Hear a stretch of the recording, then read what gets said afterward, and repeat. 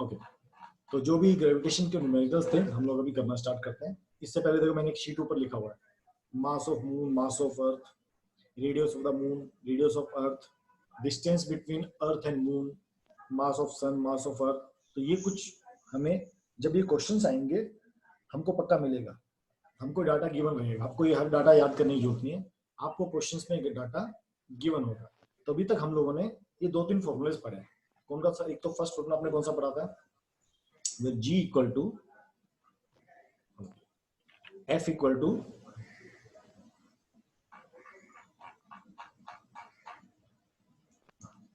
आपका एक फॉर्मूला क्या था? F equal to G into M upon R square. इस फॉर्मूला को यूज करके कुछ न्यूमेरिकल्स हैं, और अगली बार जब पढ़ेंगे तो हम लोग R cube is directly proportional to T square, इसके बेस पे करेंगे। आज हम केवल इसी एक फॉर्मूले के ऊपर तकरीबन 7-8 न्यूमेरिकल सॉल्व करेंगे, ठीक है? और ये न्यूमेरिकल्स आते हैं ग्रेविटेशन में, ग्रेविटेशन चैप्टर में न्यूमेरिकल पक्का आते हैं, ठीक है? अब हम एक एक क्वेश्चन करके सॉल्व करेंगे। ये डाटा हम यूज करेंगे जहां पर भी नीड होगा। तो फर्स्ट क्वेश्चन कैसा है?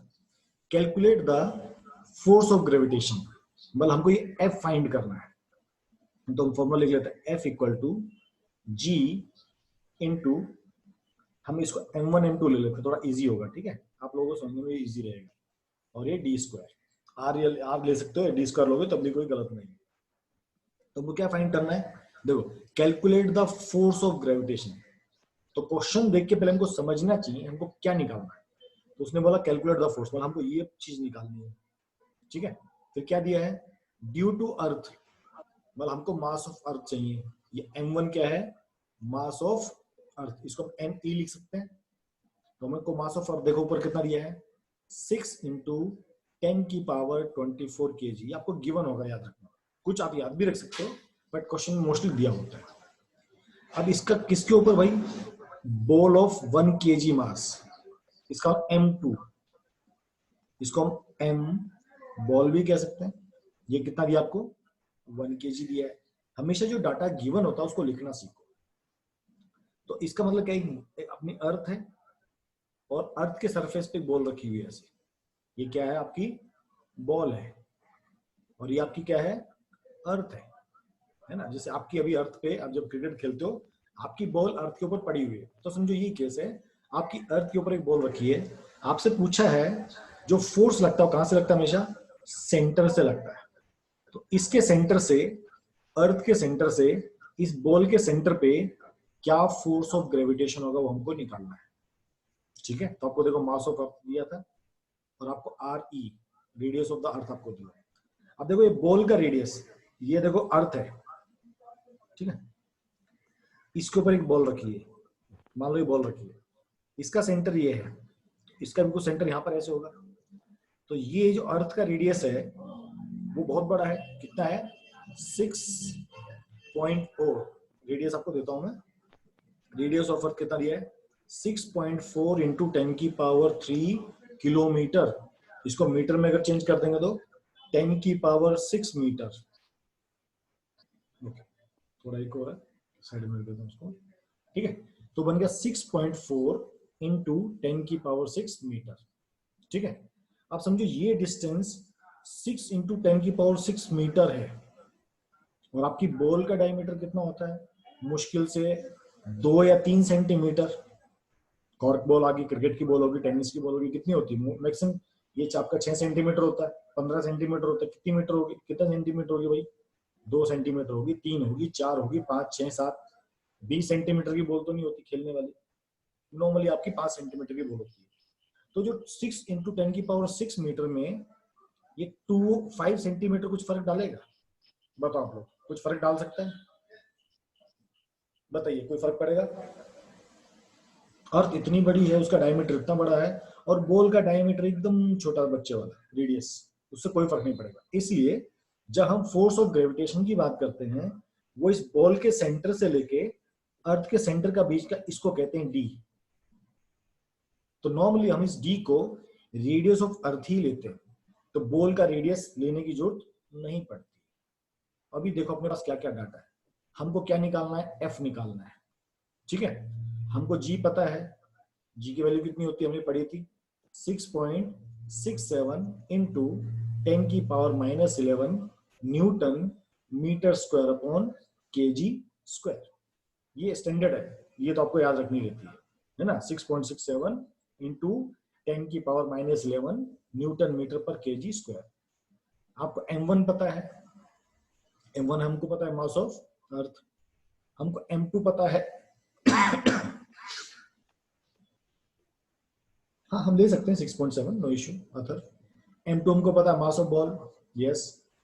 हमको d पता है, यस। ये क्या है, रेडियस ऑफ द अर्थ। तो हमारे पास हमको सब पता है।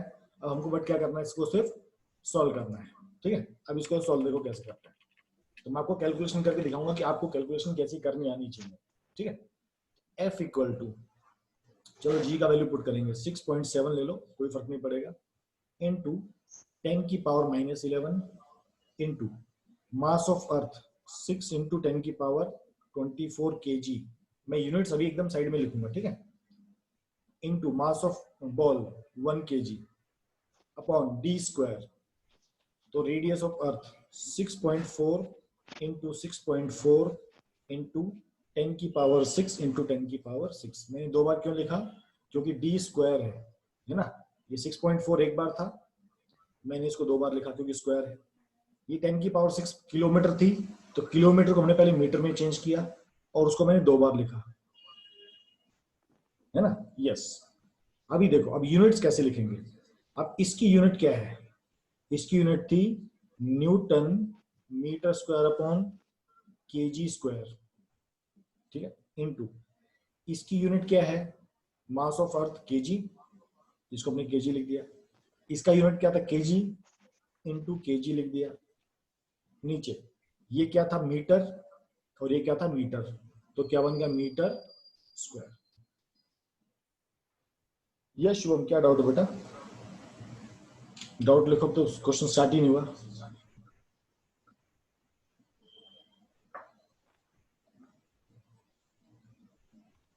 Yes please tell that out. Kilometre को मीटर में कैसे कन्वर्ट करते हैं, वाह मेरे बेटा जी। हमको मालूम है 100 मीटर 1000 मीटर इक्वल टू होता है 1 किलोमीटर। तो अगर आपको दिया है मैंने 200 किलोमीटर, तो क्या होगा, 200 इंटू 1000 मीटर, तो बन गया 200 इंटू 1000 मीटर। होगा कन्वर्ट। किलोमीटर को मीटर में कैसे चेंज करते हैं, 1000 से मल्टीप्लाई करते हैं, और मीटर को किलोमीटर में चेंज करने के लिए क्या करेंगे, 1000 से डिवाइड करते हैं, ठीक है शुभम। ये बेसिक चीजें हैं, ये आप लोगों को पता होनी चाहिए। 10⁻⁶ वाला ये देखो ना बच्चा, 10⁻⁶ का स्क्वायर, तो 10 की पावर क्या हो गई, 12 हो गई। 10⁻⁶ वाला आया समझ में, स्क्वायर। अच्छा वो वाला देखो, आपको दिया था 6.4 इंटू 10⁻³ किलोमीटर, ठीक है। हमने क्या किया, इस किलोमीटर को मीटर से रिप्लेस किया। तुमको मालूम है 1 किलोमीटर इक्वल टू 10 की पावर, मतलब 1000 मीटर होता है। 1000 मीटर को हम कैसे लिखेंगे, 10⁻³ मीटर। तो क्या बन गया, 6.3 इंटू 10⁻³ इंटू 10⁻³ मीटर, क्योंकि 1 किलोमीटर इक्वल टू 10⁻³ मीटर। तो इस 1 किलोमीटर की जगह मैंने क्या लिख दिया, 10⁻³ मीटर। तो क्या बन गया, 6.4 इंटू 10⁻⁶ मीटर। अभी क्लियर शुभम,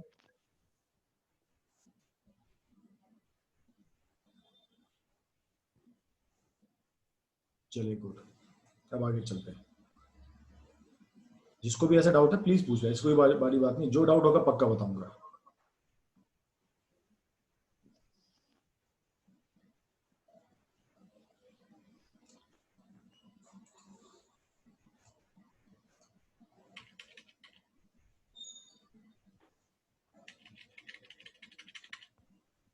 अभी हम पहले यूनिट्स को कटिंग करते हैं, ठीक है, क्योंकि जिस तरह नंबर्स कटते हैं उससे यूनिट भी कटिंग होती है। 1 kg यहाँ पर केजी स्क्वायर कैंसिल हो गया, ये मीटर स्क्वायर है, ये मीटर स्क्वायर है, तो यहाँ से केवल क्या बच गया, केवल न्यूटन बच गया, क्योंकि फोर्स की यूनिट किस में आती है, न्यूटन में। तो ऐसे यूनिट भी कटिंग होती है फिजिक्स में, याद रखना, ठीक है। फिजिक्स में केवल नंबर कटिंग नहीं होती, यूनिट्स की भी कटिंग होती है। अब देखो यहाँ पर क्या क्या बचेगा। अब जो पावर वाली चीज उनको अलग से लिखते हैं और विदाउट पावर ही अलग से लिखते हैं। जैसे 6.7 इंटू 6 अपॉन 6.4 इंटू 6.4 इंटू, यहाँ पर हम पावर की लगा, हाँ आप आंसर निकाल सकते हो, मतलब मैं एक्सप्लेन कर रहा हूँ, ठीक है। यहाँ पर पावर वाली 10 की पावर -11 इंटू 10 की पावर 24, 10 की पावर 6 इंटू 10 की पावर 6, और यहाँ पर क्या बच गया, न्यूटन। मैं आपको फिजिक्स में प्रॉब्लम सॉल्व कैसे करते, गलती ना हो, मैं आपको वो तरीके सिखा रहा हूँ, ठीक है। तुमने क्या किया, जो सिंपल वैल्यूज तुमने उसको एक साथ रख लिया, क्योंकि उसको सॉल्व करना इजी होता है, और जिन वैल्यूज के ऊपर पावर लगी थी मैंने उसको अलग से लिख दिया। अब देखो इसको सॉल्व करना इजी है, ठीक है। अब पहले इस पार्ट को सॉल्व करते हैं, इस पार्ट को सॉल्व करते हैं। हम क्या करते हैं, 6 इंटू 7 इंटू 6 मल्टीप्लाई करते हैं, 6.7 इंटू 6 कितना हो गया, 2 4 कैरी 40.2, रफली 40.2 के आसपास, है ना। और यहाँ पर हो गया 6.4 इंटू 6.4, देखो कितना आता है, 6 1 कैरी 25 इंटू 4 2 कैरी 38। मैं वैसे सॉल्व कर रहा हूँ जैसे आप लोग सॉल्व करोगे, ठीक है। तो ये जो डेसिमल आएगा ये 2 के बाद आएगा, पहले 6 हो गया, 9 हो गया, ये अपना 0 हो गया, ये 4 हो गया, और डेसिमल का आएगा सेकंड के बाद आएगा, तो यहाँ पर एक डेसिमल यहाँ पर 6.4, एक डेसिमल यहाँ पर है, तो पीछे से सेकंड नंबर पे डेसिमल आएगा। तो ये वैल्यू क्या बन गई, f equal to 40.2 divide by 40.96। देखो ये आप कर सकते हो, एग्री है ना, वही आपको समझा रहा हूँ। तो आपको ऐसा कैलकुलेशन करना है जो आपको भी समझ में आए और टीचर को भी समझ में आए, खिचड़ी मत पकाना कभी। तुमने क्या किया, सिंपल ऊपर वाले को मल्टीप्लाई कर दिया, नीचे वाले को मल्टीप्लाई कर दिया। अब यहाँ देखो, हमको पावर्स पता है, पावर क्या होती है, 10 की पावर 11 है और 10 की पावर 24 है। जब भी पावर मल्टीप्लीकेशन में होती है और बेस सेम होता है तो कैसे बन जाएगा, 10 की पावर -11 प्लस 24, और नीचे बन जाएगा 10 की पावर 6 प्लस 6। मैं एक स्टेप आपको समझाऊं ताकि आपको समझ में आए। ये यहां तक सबको क्लियर है, यहां तक सबको क्लियर है, यहां तक किसी को डाउट, जो मैंने अभी किया है एकदम इजी वे में समझा रहा हूँ। मैं फर्स्ट क्वेश्चन इजी वे में समझाऊंगा, फिर मैं डायरेक्ट उसको समझाना स्टार्ट करूंगा, इसलिए फर्स्ट क्वेश्चन में मैं थोड़ा टाइम ले रहा हूँ आप लोगों को। अभी भी किसी को डाउट है प्लीज पूछ सकते हो, क्योंकि बाकी सारे क्वेश्चन इसी तरह के हैं, इसलिए मैं एक एक स्टेप बताऊँ कि आपको हर स्टेप में मैं ये नहीं बताऊंगा, फिर मैं डायरेक्ट कटिंग करूंगा आपको, क्लियर। चलिए अभी क्या करेंगे हम लोग, अब ये 40.2 को इससे डिवाइड करेंगे, है ना। अब डिवाइड भी करते हैं, चलो। तो ये है 40.2, और इसको सिंपल करने के लिए जो है ना 40.96 इससे डिवाइड कर सकते हैं,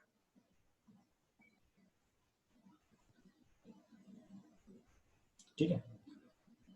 40.2 जीरो लगा सकते, कोई दिक्कत नहीं है, एंड 40.96 ये दोनों सेम है। हमने इस ये पॉइंट से पॉइंट हटा दिए, तो क्या बच गया, 4020 एंड 4096। जब आप इसको डिवाइड करोगे तो समथिंग आपका बचेगा 9.98। जब इसको डिवाइड करोगे ना 4020 को 4096 से, सर हम ऐसे क्वेश्चन में डिस्टेंस कैसे निकाल, सब बताऊंगा, जैसे कोई क्वेश्चन आएगा तो बताऊंगा, ठीक है बच्चों। ठीक है, हमने इसको डिवाइड किया 4020 को 4096, तो क्या आएगा 0.98। इसको मैं ऐसे भी लिखता हूँ 0.98 इंटू, ऊपर देखो 10 की पावर -11 प्लस 24, क्या बचेगा 10 की पावर 13, और नीचे का बचेगा 10 की पावर 12। तो जब ये इससे कट होगा, ये 12 है ऊपर 13 है, तो एक ही बचेगा, तो आपका f आ जाएगा 0.98 इंटू 10। आप हर जगह n लिखते चलना लास्ट में, ठीक है, n। तो आपका f इक्वल टू क्या आ गया 9.8 n। कि कोई बॉल अगर अर्थ के ऊपर रखी है तो उसके ऊपर कितना फोर्स लगेगा 9.8 न्यूटन। ठीक है, कोई डाउट कोई शक इसमें?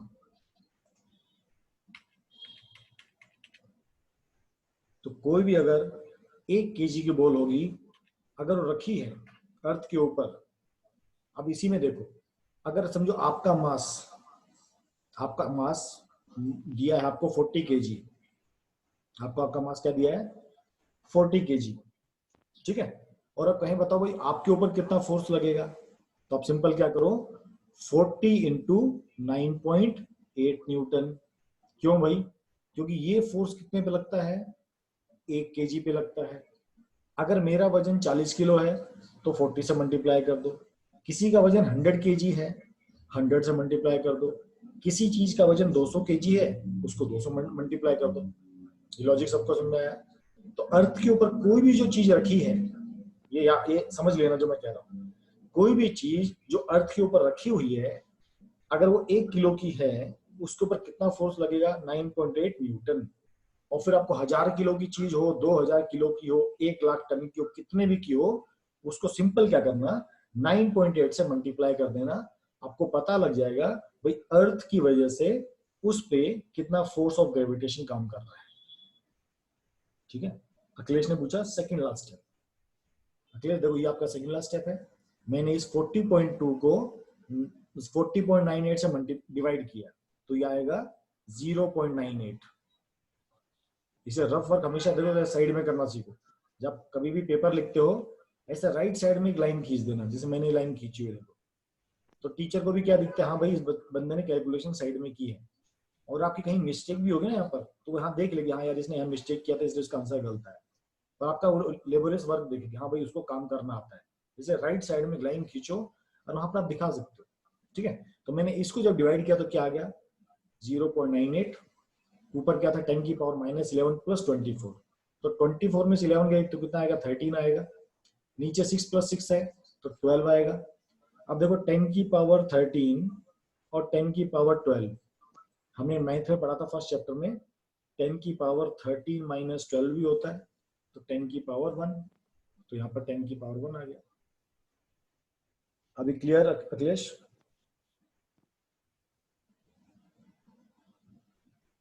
अखिलेश का डाउट क्लियर है? चलिए गुड। ये कंसेप्ट सबको क्लियर याद होना चाहिए, समझ में भी आना चाहिए, और याद भी रखना, अर्थ के ऊपर कोई भी बॉडी रखी है, अगर उसका मास 1 kg है तो उसके ऊपर कितना फोर्स लगेगा, 9.8 न्यूटन। मैंने 40 इंटू 9.8 क्यों लिखा, अगर किसी बॉडी का मास 40 kg है तब उसके ऊपर कितना फोर्स लगेगा, सिंपल 40 इंटू 9.8। अब एक सिंपल क्वेश्चन पूछता हूं, अगर बॉडी का मास ½ kg हो तो बताओ फोर्स कितना लगेगा, फटाफट बताओ। अगर बॉडी का मास केवल ½ किलो हो, ½ kg, तो कितना फोर्स लगेगा? देखिए कौन फर्स्ट बताता है, फटाफट। देखिए फर्स्ट रिप्लाई किसका आता है, who is the fast and quickest and good, Anushka ने एकदम करेक्ट निकला, 4.9। तो जिस तरह हम मल्टीप्लाई कर रहे हैं, उस तरह अगर वेट आधा हो गया तो फोर्स भी आधा हो जाएगा। चलो अगर मास 1/4 हो तो, अब बताओ फटाफट, अगर मास 250 ग्राम हो, 250 ग्राम्स, तब कितना होगा फोर्स? यस यस फास्ट, 2450 नहीं बेटा, 2.45। ठीक है अखिलेश, कितना होगा, 2.45 न्यूटन। सबको समझ में आया मेरी बात?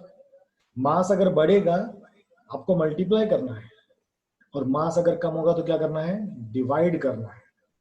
ये वही वाले, हम फिजिक्स कैसे पढ़ रहे हैं, हम समझ के पढ़ रहे हैं, हम रट्टा नहीं मार रहे, हम समझ रहे हैं भाई मास कम होगा तो फोर्स भी कम लगेगा, मास ज्यादा होगा तो फोर्स भी ज्यादा लगेगा। ये कंसेप्ट समझना इंपॉर्टेंट होता है। चलिए हम अब बाकी क्वेश्चन हम फटाफट करेंगे, कि फर्स्ट क्वेश्चन में टाइम लग गया है, बाकी क्वेश्चन एकदम ईजी है। ठीक है, कुछ क्वेश्चन आपके लिए छोड़ूंगा मैं। जैसे सेकंड क्वेश्चन आपको दिया मास ऑफ अर्थ, तो मास ऑफ अर्थ आपको दिया है 6 इंटू 10⁻24 kg। आपको दिया मास of moon 7.4 into 10⁻22 kg, and distance between earth and moon दिया है। तो ये समझो आपकी अगर अर्थ है और ये आपका मून है, तो इन्होंने जो डिस्टेंस दिया है वो इसके सेंटर से लेके इसके सेंटर का दिया है, दैट इज योर डी। तो आपको डी की वैल्यू दी है 3.84 इंटू 10 की पावर 5 किलोमीटर दिया। देखो अब किलोमीटर को मीटर में चेंज करने के लिए क्या करूंगा, इनटू 10 की पावर 3 मीटर। ये यूनिट कन्वर्जन हमेशा याद रखना। अगर मीटर में दिया हो उसको, अगर किलोमीटर में दिया हो उसको मीटर में चेंज करेंगे, क्योंकि एफ की यूनिट किस में आती है, एफ न्यूटन में आता है, पर ग्रेविटेशन किस में आता है, मीटर में आता है। एग्री सब लोग? तो ये क्या बन गया हमारा 3.84 इंटू 10 की पावर 8 मीटर। आपको क्या निकालना है, calculate the force exerted by the earth on the moon. आपको अर्थ से मून का निकालना है। क्या आप लोग इसको कर पाओगे? जी का वैल्यू 6.67, 10 की पावर -11, अर्थ 6 इंटू 10 की पावर 24 इंटू 7.4 इंटू 22, नीचे आपका आर स्क्वायर मतलब 3.84 इंटू 3.84 इंटू 10 की पावर 8 इंटू 10 की पावर 8। यस, तो ये क्वेश्चन आप नोट कर सकते हो। ठीक है, ये आपकी बुकलेट में दिए हुए हैं, जो हमारी बुकलेट्स है ना उसमें क्वेश्चंस दिए हुए हैं। यह क्वेश्चन आपको मिल जाएगा। तो मैं चाहता हूँ ये क्वेश्चन आप लोग खुद ट्राई करो। ओके, यस, अथर्व ने निकाल भी लिया है। अब मैं आपको कुछ क्वेश्चन जो मेरे लायक है मैं समझाऊंगा, जो आपके लायक है वो आपके लिए मैं छोड़ता जाऊंगा। पर ये आपको कल क्वेश्चंस मेरे को ये सबमिट करने होमवर्क करके। अच्छा, मैंने आपको कहा था कि आपका जो एसएसटी का अभी लेटेस्ट पोर्शन है, क्या डिलीट हुआ क्या बचा मेरे को बता दो, क्योंकि मैं 1-2 वीक में आप लोगों का एसएसटी भी स्टार्ट करने वाला हूँ। संडे को मैं आपको एसएसटी पढ़ाना भी स्टार्ट करूंगा। एसएसटी पहले मैं सिविक्स इकोनॉमिक्स पहले फिनिश करूंगा, बाद में हिस्ट्री ज्योग्राफी भी हम लोग पढ़ाएंगे। तो क्लास खत्म होने के बाद मेरे को प्लीज आप लोग मैसेज कीजिएगा आपका कौन सा पोस्ट, कोई भी एक मेरे को मैसेज कर देना, सर एसएसटी का ये जो आपको मैथ और साइंस का जैसे पोर्शन मिला है ना, वैसा मेरे को एसएसटी का भेज दो। तो या तो कल ये मैं एसएसटी का क्लास ले लूंगा या फिर मैं अगले संडे से पक्का आपका एसएसटी प्लान स्टार्ट कर दूंगा। ठीक है, गुड। चलिए आप सेकंड क्वेश्चन खुद करेंगे। अभी देखो थर्ड क्वेश्चन। अभी देखो फर्स्ट क्वेश्चन में हमने क्या सीखा था, इफ मास ऑफ बॉडी को हमने डबल कर दिया या ट्वाइस कर दिया तो फोर्स भी क्या हो गया था, डबल हो गया था, है ना। 1 kg से 9.8, 40 kg तो 40 इंटू 9, अगर ट्वाइस हो गया तो फोर्स डबल हो गया। अब हम सीखेंगे अगर डिस्टेंस हम लोग डबल कर दें या हाफ कर दें तो क्या फर्क पड़ेगा। ठीक है, ये नया कंसेप्ट हो गया ना।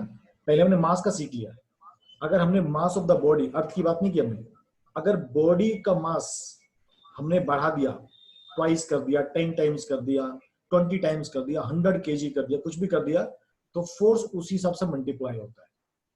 अब हम पढ़ेंगे अगर जो डिस्टेंस को अगर हम चेंज करते हैं, डिस्टेंस कम कर दें, डिस्टेंस ज्यादा कर दें, तो कितना फर्क पड़ने वाला है। क्वेश्चन सब लोग समझे मैंने क्या कहा क्वेश्चन में? ठीक है, अब हम डिस्टेंस को समझेंगे कि डिस्टेंस से क्या फर्क पड़ता है।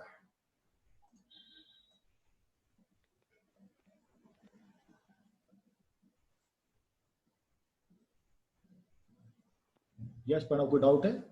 Sir time up? नहीं बेटा, क्लास तो 6 बजे तक है ना, अभी कहां से टाइम अप।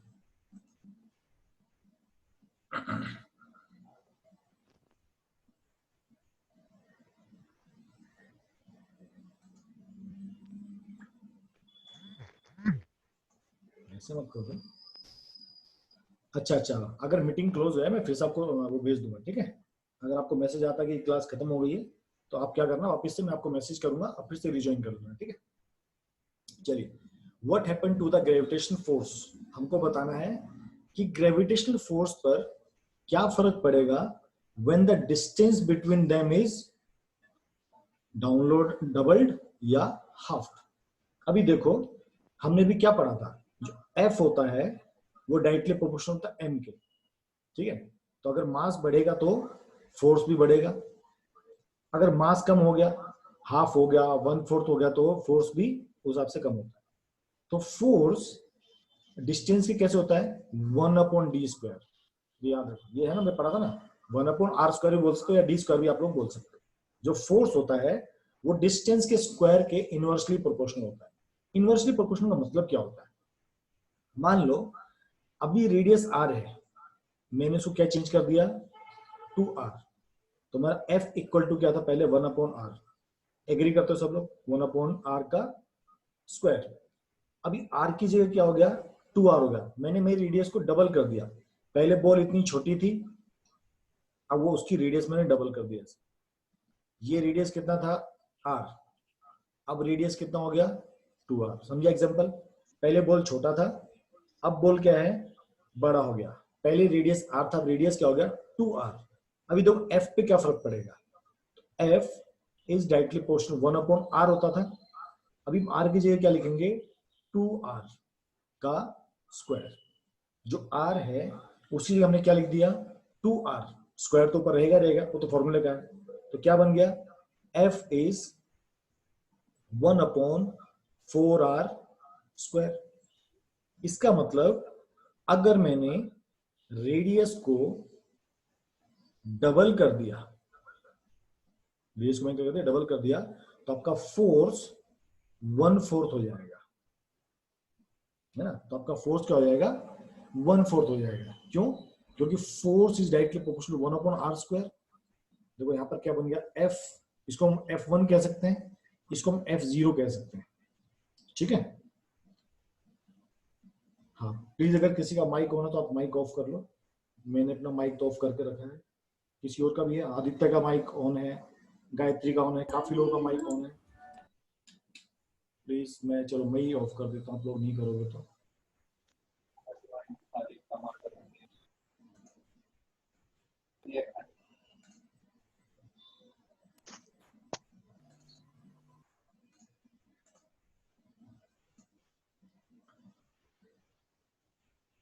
अभी ठीक है?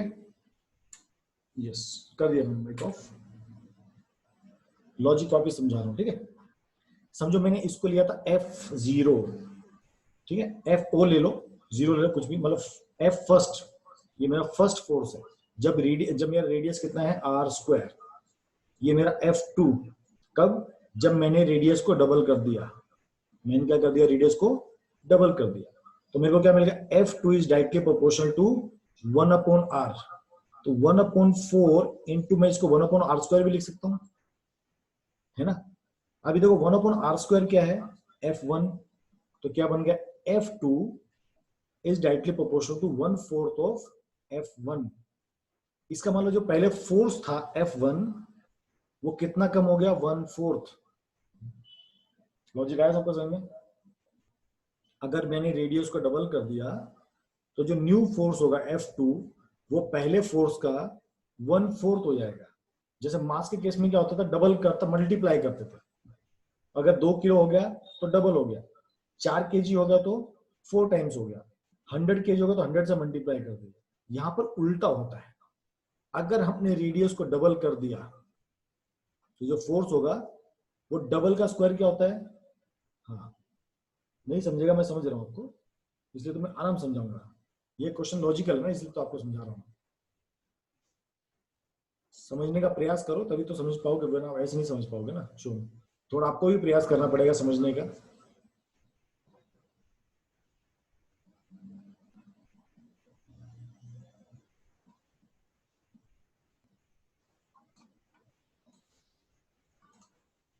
एकदम बच्चों वाला कंसेप्ट है, ठीक है।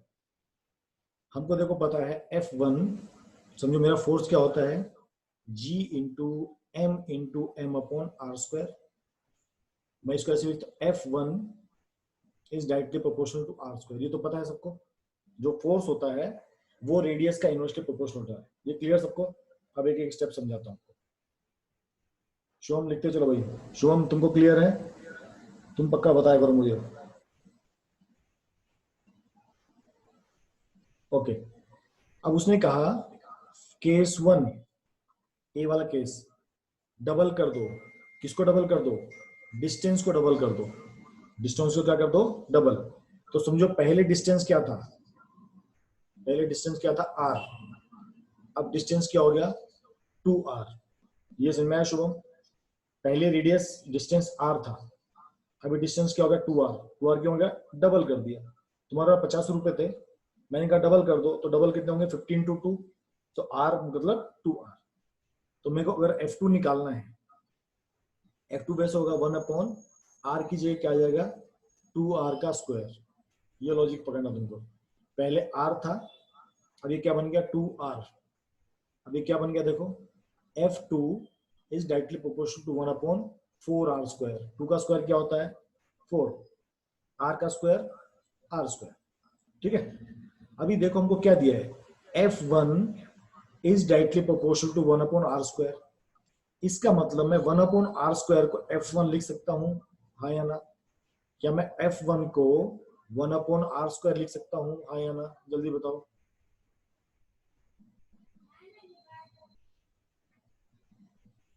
जल्दी बताइए फटाफट। यस, तो यहाँ पर क्या था देखो 1/4r स्क्वायर था, मैं इसको स्प्लिट करके कैसे लिखा 1/4 इंटू 1/r स्क्वायर। लॉजिक समझ में आएगा तुमको, बहुत मजा आएगा। ठीक है, 1/4 इंटू 1/r स्क्वायर। अब इस r स्क्वायर को लिख दो F1। F2 is directly proportional to 1/4 F1।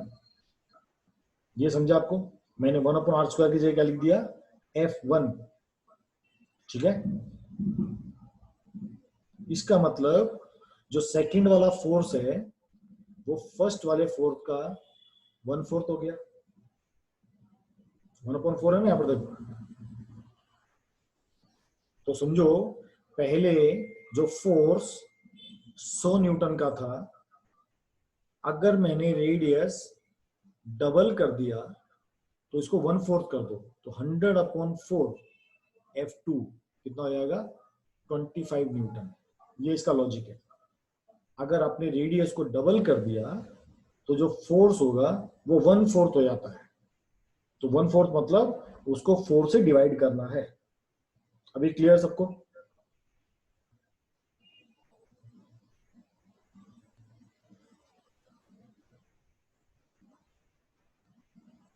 या शुभम डियर प्लीज रिप्लाई।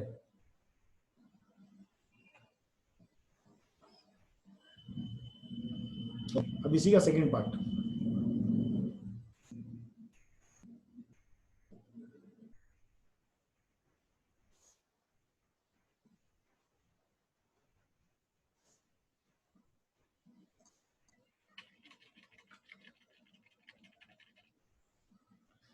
इसका सेकंड पार्ट क्या है, रेडियस को हाफ कर दो, है ना?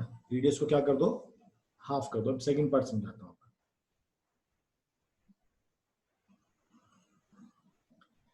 तो जब मैं रेडियस को हाफ किया तो मेरा R2 क्या बन गया R1/2। जैसे डबल किया तो क्या बन गया था 2R। अभी मैंने उसको हाफ कर दिया तो क्या बन गया R1/2।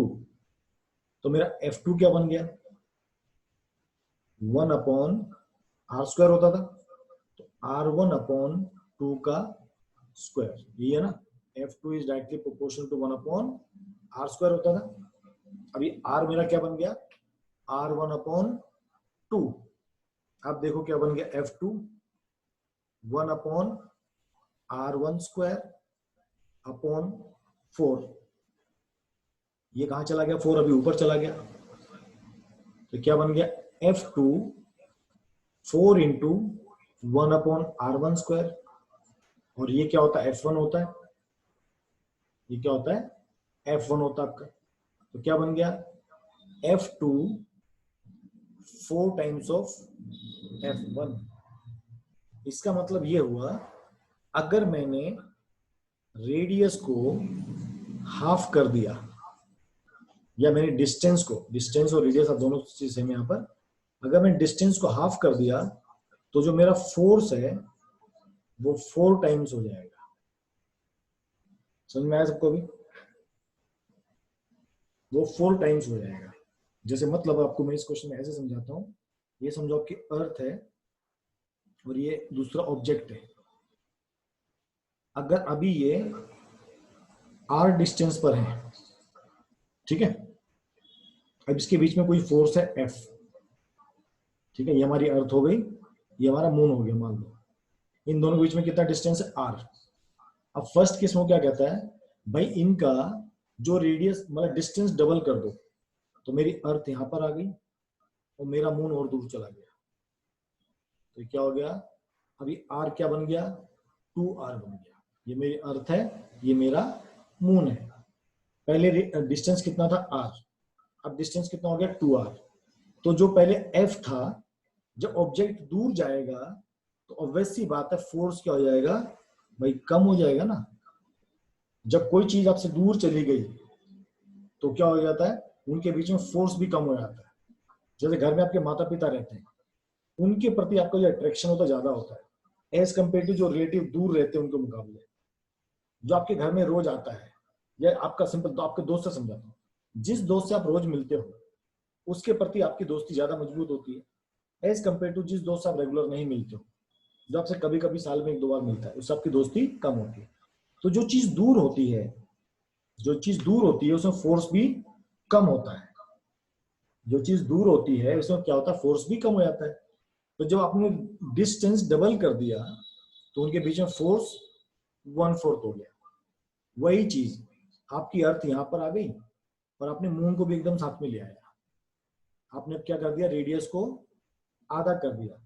अब दोनों पास में आ गए, अब दोनों क्या हुआ, दोनों पास में आ गए, इसलिए दोनों के बीच में जो फोर्स होगा वो मजबूत हो जाएगा, वो हो जाएगा 4F। अब वो 4 गुना ज्यादा अट्रैक्ट करेंगे एक दूसरे को। हाँ भाई जय, क्या डाउट है, क्या चीज नहीं समझे आपको, एग्जांपल नहीं समझा क्या?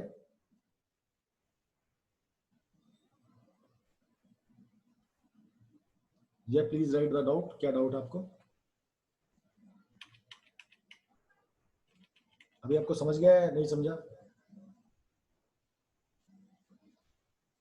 तो जब भी दूरियां बढ़ती हैं, जब भी रिश्तों में दूरियां बढ़ती हैं, जब भी डिस्टेंस बढ़ता है तो फोर्स कम होता है। जब डिस्टेंस बढ़ेगा तो फोर्स कम होगा, और जब डिस्टेंस कम होगा, एरो नीचे मतलब नीचे, तो आपका फोर्स बढ़ जाएगा। जिस दोस्त से आप डेली मिलोगे, हाँ डरा रहा है, जिस दोस्त से आप डेली मिलोगे उसके प्रति आपका अफेक्शन ज्यादा रहेगा, और जिस दोस्त से आप रोज नहीं मिलोगे, कभी कभी मिलते हो, उसके प्रति इतना अफेक्शन नहीं होता। ये सारे लॉज हमारी लाइफ में काम करते हैं, इसलिए इसको लॉ ऑफ ग्रेविटेशन को लॉ ऑफ अट्रैक्शन भी कहते हैं। अभी क्लियर है? अभी सबको क्लियर है कंसेप्ट, क्या कहा मैंने? सबको क्लियर? आगे चल सकते हैं?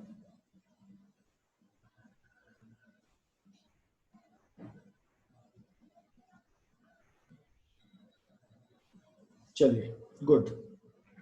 फोर्थ वाला क्वेश्चन, फोर्थ क्वेश्चन एकदम इजी है, ये आपके लिए है।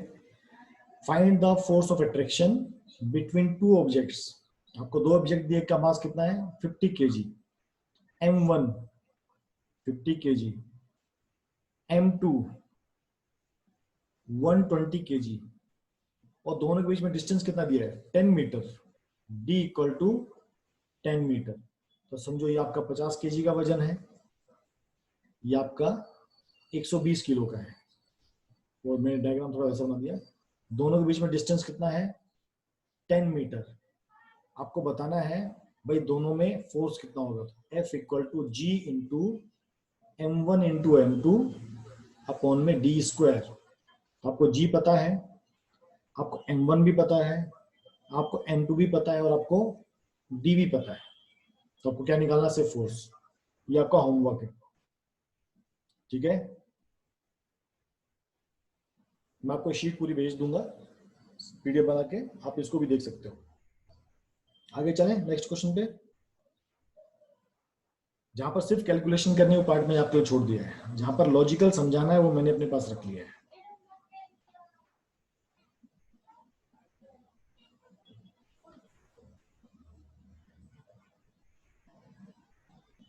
चलिए मुझे इसका आंसर बताइए इस क्वेश्चन का। मैं आपको डायग्राम बना के देता हूँ। The gravitational force between two object is F। एक ऑब्जेक्ट रखा ऐसे, ये M1 है मान लो, ये दूसरा ऑब्जेक्ट है जिसको हम M2 कह सकते हैं। इनके बीच में डिस्टेंस कितना है D, ठीक है? फोर्स में क्या चेंज होगा जब mass of each object is quadruplet. मतलब इसका जो मास M1 है, अब इसको मैंने कर दिया 4M1, मैंने इसको 4 से मल्टीप्लाई कर दिया। मतलब अगर वो समझो 100 केजी का था, उसको मैंने कितना कर दिया 400 केजी, और मैंने इसका मास ही बढ़ा दिया, ये हो गया 4m2, दोनों का मैंने मास बढ़ा दिया, पर डिस्टेंस दोनों का क्या है, सेम है। बताओ मुझे फोर्स पे क्या फर्क पड़ेगा, बताइए फोर्स पे क्या फर्क पड़ेगा, सिंपल सा क्वेश्चन है। मैंने दोनों का मास बढ़ा दिया, कितना बढ़ा दिया 4 टाइम्स। फिर से सोचो, आपको मेरे को बताना है, ट्वाइस बढ़ेगा, 4 टाइम बढ़ेगा, आधा हो जाएगा, डबल होगा, 4 टाइम्स होगा, 18 टाइम्स होगा, 16 टाइम्स होगा, 20 टाइम्स होगा, या 120 होगा, 116 होगा, तो आपको बताना है। जब भी मास बढ़ता है तो फोर्स हमेशा बढ़ता है, याद रखना। ये आपको पहले क्लियर करता है, force is directly proportion to the, याद रखो, force is directly proportion to the mass, भूलो मत बार बार, it is product of the masses, m1 into m2। Tejas ने एकदम करेक्ट रिप्लाई दिया है, इट इज 16 टाइम्स। तेजस ने एकदम करेक्ट पहचाना। देखो, force is directly proportional to the, हमने स्टार्टिंग पढ़ा था m1 into m2, product of the masses होता है, पढ़ा था शुभम, ध्यान से समझो अभी। Force is directly proportional to the product of the masses, है ना। अब इसने क्या कहा, जो m1 था वो क्या बन गया 4m1, जो m2 था वो क्या बन गया 4m2। मतलब फोर्स कैसे चेंज होगा, m1 को लिख दो 4m1 into 4m2, क्या बन गया 16 into m1 into m2। तो जो न्यू फोर्स होगा, इसको न्यू फोर्स कह सकते हैं। New force is directly proportional 16 times of old force. पहले जितना फोर्स लगता था उसके 16 टाइम्स ज्यादा फोर्स लगेगा अगर हम दोनों का वजन 4 और 4 टाइम्स बढ़ा दें तो, समझे। क्योंकि जो फोर्स होता है ये दोनों प्रोडक्ट का मास, दोनों मास का प्रोडक्ट होता है। तो एक को आपने 4 टाइम्स बढ़ा दिया और दूसरे को आपने 4 टाइम्स बढ़ा दिया, तो 4 into 4 16 टाइम्स हो गया। लॉजिक समझ में आया या नहीं समझ में आया,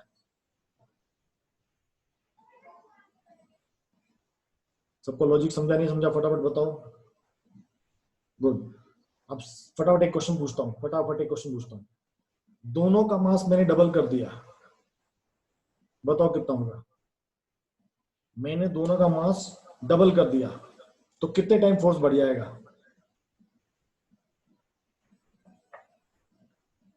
गुड, अब एकदम तुम लोग सही पकड़ गए हो।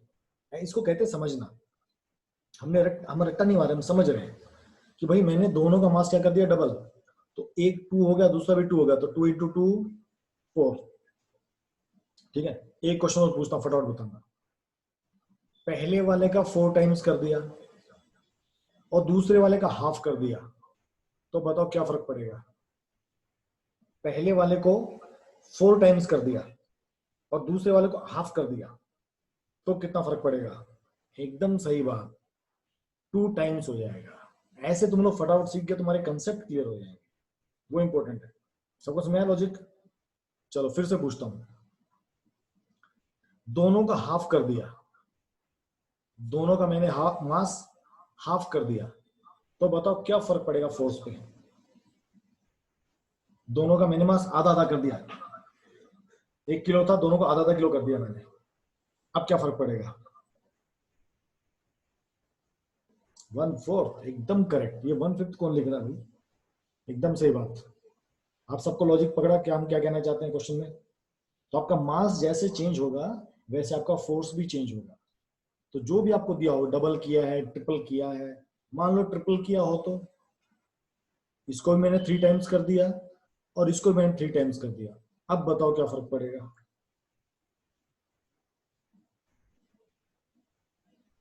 एकदम सही बात, इट इज 9 टाइम्स। तो ये दोनों चीज वैसी है, फोर्स मास के प्रोपोर्शन में रहता है और वैसे डिस्टेंस के प्रोपोर्शन में रहता है। तो एकदम आपके लॉजिक कंसेप्ट बहुत क्लियर होना जरूरी है।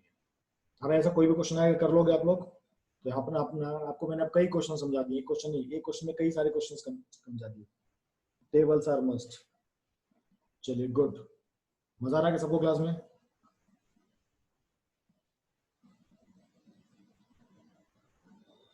चलिए अभी मस्त क्वेश्चन एकदम,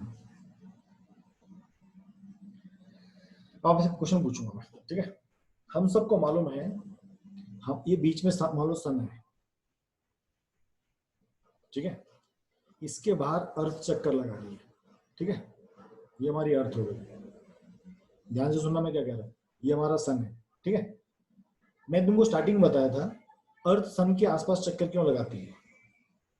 फोर्स ऑफ ग्रेविटेशन, ये तो सबको मालूम है कि भाई सन अर्थ के इधर एक फोर्स ऑफ ग्रेविटेशन लगाता है, जिसकी वजह से क्या होता है भाई, इसके चारों तरफ घूमती है।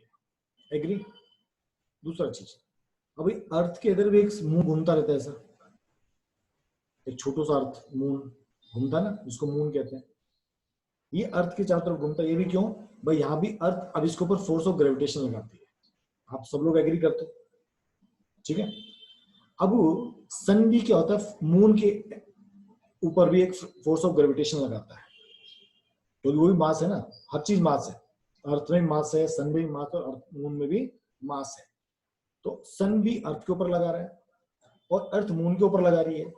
तो एक चीज बताओ मुझे, ये मून, ध्यान से सुनो मेरा क्वेश्चन क्या है, मून अर्थ का चक्कर क्यों लगा रहा है, ये सन का चक्कर क्यों नहीं लगा रहा? सन तो बहुत बड़ा है, देखो सन का मास बहुत बड़ा है, अर्थ का मास उससे बहुत कम है। अब जिसका मास बड़ा होता है तो भाई वो ज्यादा अट्रैक्ट करेगा, है ना, वो ज्यादा अट्रैक्ट करेगा। सन का मास बहुत ज्यादा बड़ा है अर्थ से, ज्यादा 10 की पावर 30 है, अर्थ का 10 की पावर 24 है, ठीक है? दोनों ग्रेविटी लगा रहे हैं, अनुष्का किरण दोनों ग्रेविटी लगा रहे हैं भाई। सन जो है अर्थ के ऊपर भी ग्रेविटी लगाता है, मून के ऊपर भी लगाता है, और जो अर्थ होती है मून के ऊपर भी लगाता है, दोनों है।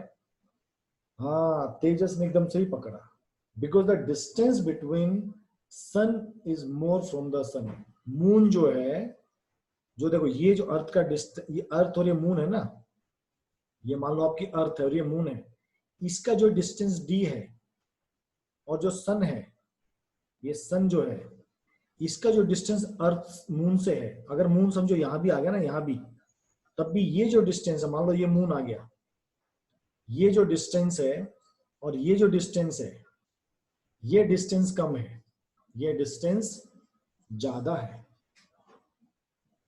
आया सबको समझ में? तो दोनों चीज होती है, फोर्स ऑफ ग्रेविटेशन में दोनों तरह से काम करता है। तो मास से काम करता है, केवल मास अकेला होना काफी नहीं होता, डिस्टेंस भी मैटर करता है।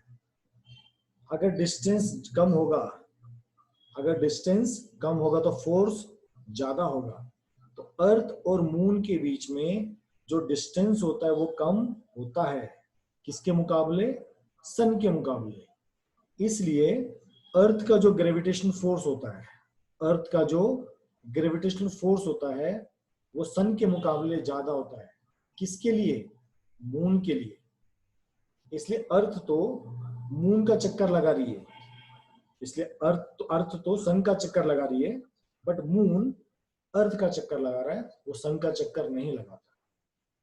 तो ये क्वेश्चन में यहाँ पर काम आने वाला है, ये तुमको मैंने बताया। मयूर जी क्या नहीं समझा आपको भाई? ये तो एकदम मैं स्टोरी की तरह समझा रहा हूँ, इसमें तो कोई ना न्यूमेरिकल ना फॉर्मूला है। क्या नहीं समझा आपको?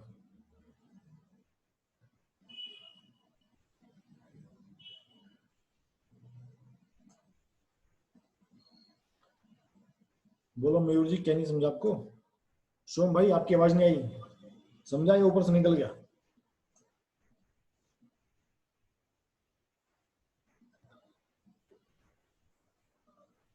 चलो वापस समझाता, जो लोग नहीं समझे फिर से थोड़ा पिक्टोरियल वे में।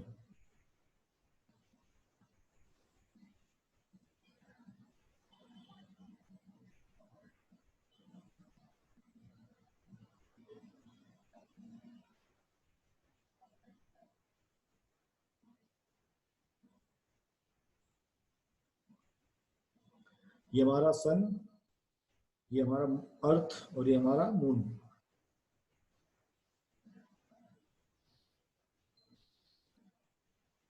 मैंने आपसे पूछा था कि भाई जो सन है वो मून को अपनी तरफ अट्रैक्ट क्यों नहीं कर लेता? क्योंकि सन में भी मास है, अर्थ में मास है, और आपका मून में भी मास है। ठीक है, अब मास की वजह से फोर्स ऑफ अट्रैक्शन होता है। अब अर्थ तो मून सन के पूरे चारों तरफ चक्कर लगाती है, और मून भी अर्थ का चक्कर लगाता है, और सन में मास ज्यादा होता है। तो भाई मून सन के चक्कर क्यों नहीं लगा रहा? ये मून ऐसे, ये मून आके ऐसे चक्कर क्यों नहीं लगा रहा? ये मैंने पूछा था। ये इसलिए नहीं लगाता क्योंकि मून से जो अर्थ का डिस्टेंस है ये d1 ले सकते हैं, और जो सन से जो मून का डिस्टेंस है d2, तो d1 is less then d2। सन और मून का जो डिस्टेंस है काफी कम है, एंड सन और मून का वो डिस्टेंस बहुत ज्यादा है। अर्थ और मून का डिस्टेंस कम है। ये d1 किसका है? अर्थ और मून का। और d2 किसका है? सन और मून का।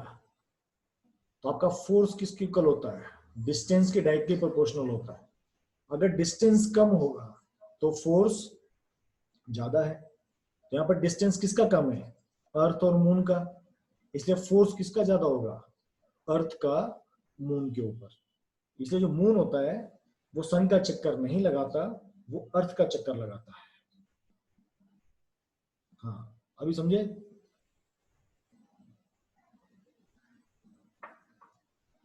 अब मून इस पोजीशन पर होता है ना, इस पोजीशन पर बीच में, तब क्या होता है? वो सन से भी पिसता है, उसके ऊपर सन का भी फोर्स लगता है, याद रखना, और उसके ऊपर अर्थ का भी फोर्स लगता है। लेकिन इस केस में force of sun to moon is less than force of earth to moon. याद रखना, जब मून इस कंडीशन में है, यहाँ पर हमारा मून है, मान लो ये मून है, तो इस कंडीशन में जो फोर्स लगेगा सन से मून के ऊपर वो कम होता है किसके मुकाबले? जो अर्थ जो फोर्स लगेगी उसके ऊपर। इसलिए सन यहीं पर, ये मून यहीं पर खड़ा रहता है, ये यहां नहीं जाता इसकी तरफ, ये यहीं रहेगा और अर्थ के चक्कर लगाता रहेगा। ओके, तो अब यहाँ पर जब मून, अब मैं तुमको जो कंसेप्ट समझा वो भी समझो। अब जब मून यहाँ पर है ना, मून यहाँ पर है, तो ऐसा नहीं कि केवल अर्थ का मास लगता है, अर्थ का फोर्स लगता है, इसके ऊपर सन का भी फोर्स लगता है। हमेशा याद रखना, हमेशा याद रखना, फोर्स दोनों को लगेगा, पर जिसका फोर्स ज्यादा है वो उसकी तरफ ही रोटेट करेगा। अब हम अगला क्वेश्चन करेंगे। किसी को जाने की जल्दी तो नहीं है ना? ये कुछ क्वेश्चन अभी बाकी है अभी अपने। ऐश्वर्या है क्लास में आज? हाँ ऐश्वर्या, आपको जाना तो नहीं है जल्दी? फिर मैं क्लास एंड करूंगा उस हिसाब से, या तो अगर आपका इंपॉर्टेंट क्लास है तो बताइए मेरे को। ऐश्वर्या प्लीज रिप्लाई, क्योंकि अभी भी कुछ न्यूमेरिकल्स बाकी हैं, 1 2 3 4 न्यूमेरिकल्स और बाकी हैं। शो तुम्हें कहाँ जाना भाई? तुम्हारा स्कूल का क्लास थोड़ी है, ऐश्वर्या क्लास है। ओके गुड, फिर तो कोई दिक्कत, फिर तो मैं आराम से तुम्हारी क्लास लेता हूँ। गणपति की शाम को पूजा शाम को होगी 7 बजे बाद, इसलिए तुम लोग टेंशन मत लो।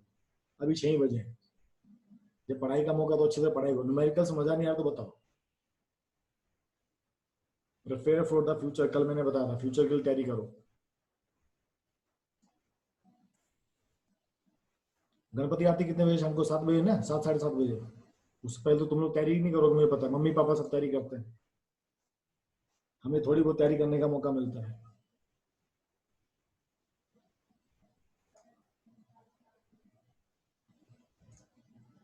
चलिए, ये मस्त क्वेश्चन इसलिए आपसे मैं रोका, ठीक है। सर गणेश भी चाहेंगे तो हम पहले पढ़ाई करेंगे। हाँ बिल्कुल सही बात है। गणपति बाबा कहते हैं भाई पढ़ाई तुम्हारा फर्स्ट धर्म है। चलिए क्वेश्चन देखिए, मस्त क्वेश्चन एकदम। A body of mass 1 kg is placed at a distance of 2 meter from another body 10 kg। तो देखो ऐसे एक 10 किलो का बॉडी है, मास है 10 kg का, यहां से एक डिस्टेंस है 2 मीटर। फिजिक्स हमेशा डायग्राम से मस्त समझ में आता है। और यहाँ पर एक मास हो रखा है 1 kg का। तुमने डायग्राम जैसा लाइन लिखा था, हम डायग्राम बना लिया। नहीं बच्चा, हम लोग नहीं बिठाते, हम घर पे मंदिर रहता है और उसमें रेगुलर पूजा करते हैं, ठीक है।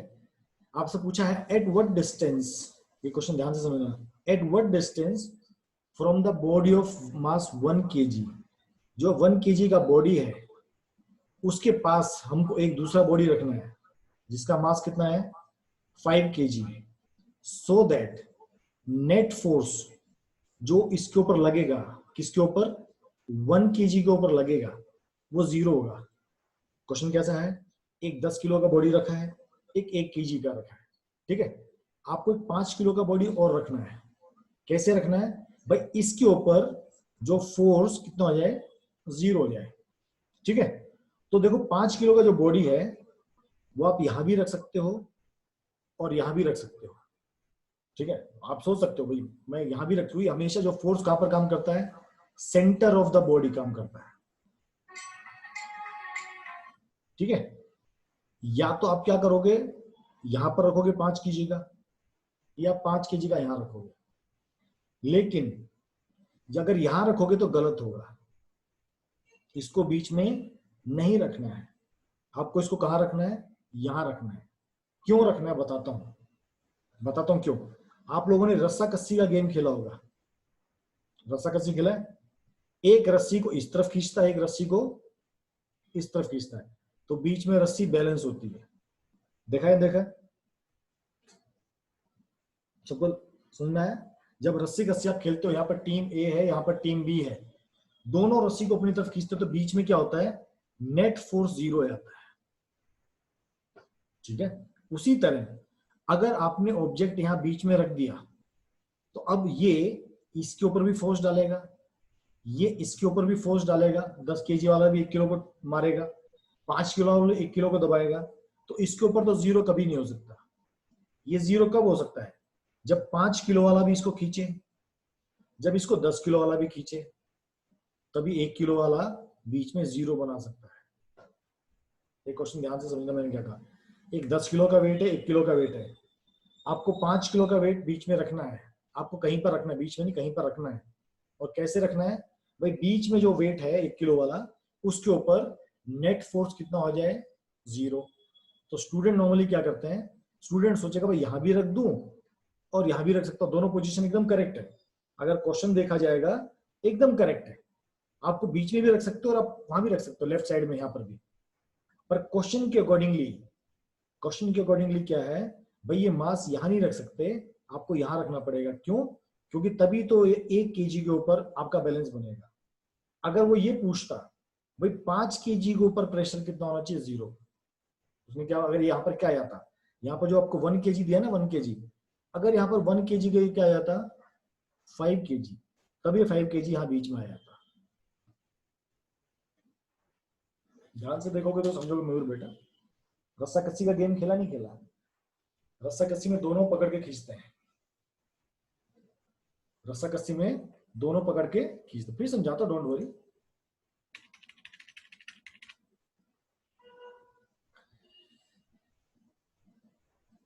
ये बीच में 1 kg का वजन है, इसको यहां से 10 kg वाला खींच रहा है, कौन खींच रहा है 10 kg वाला, इधर से 5 kg वाला खींच रहा है,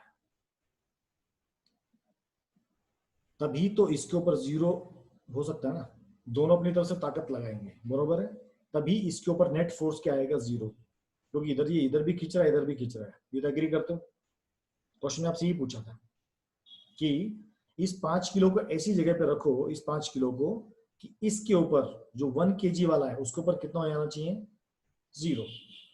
अगर क्वेश्चन ऐसे होता कि भाई यहां पर 10 किलो वाला है, यहां पर 1 किलो वाला है, और 5 kg के ऊपर हमको 0 करना है, ये इसको यहां खींचे और ये इसको यहां खींचे, इसके ऊपर क्या होना चाहिए 0। तो हमको कैसे पता लगेगा, वो हमको क्वेश्चन देख के समझ में आता है। क्वेश्चन में देखो क्या लिखा था, so that net force of gravitation acting on the body of mass, mass कितना दिया है 1 kg, 1 kg 0। फिर से आपके लिए क्वेश्चन का एक आसपास सफाई कर देता हूँ। क्वेश्चन की थर्ड लाइन देखो क्या लिखी है, तो क्वेश्चन में आया 0 किसके ऊपर करना है हमको 1 kg के ऊपर करना है, इसे 1 kg बीच में आएगा, इसलिए क्या होगा 1 kg बीच में आएगा। अभी लॉजिक समझे या नहीं समझे,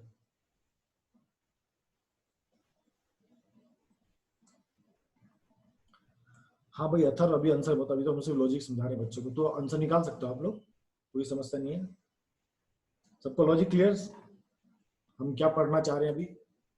हम पढ़ना चाह रहे हैं अगर 3 मास रखे हो तो हमने अभी अकॉर्डिंग टू द क्वेश्चन यहाँ पर मेरा आ जाएगा 10 kg वाला,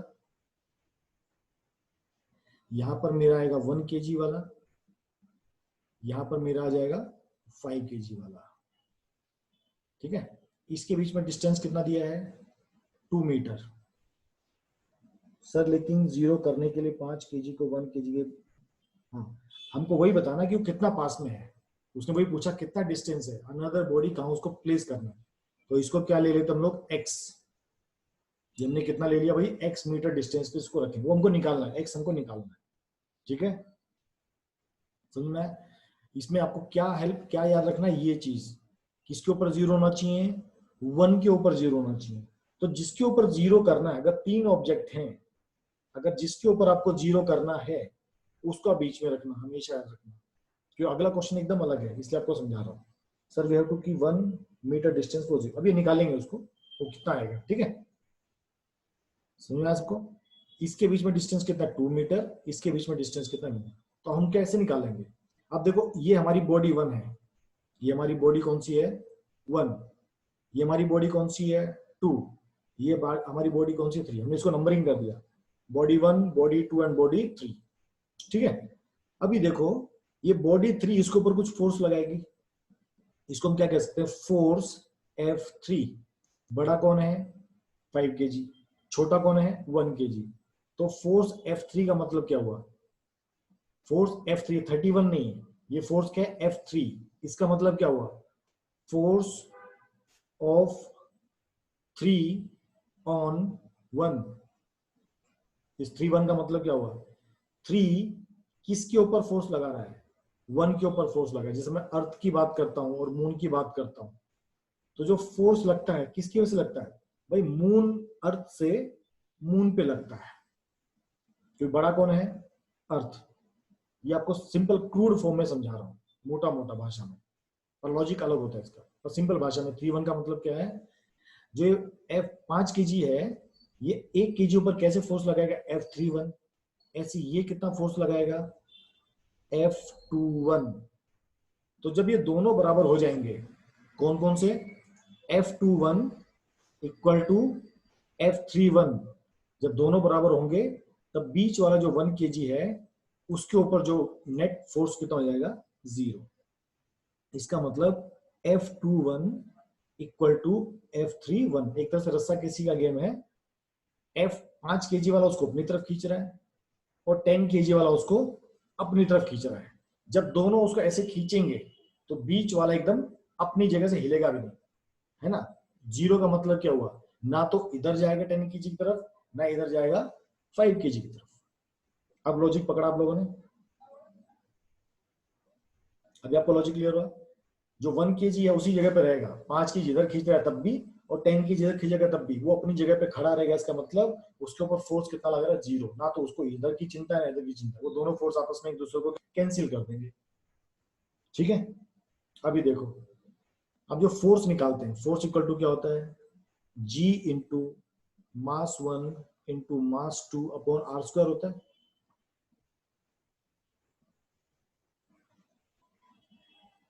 ठीक है, मेरा पेन रुक गया, एक सेकेंड।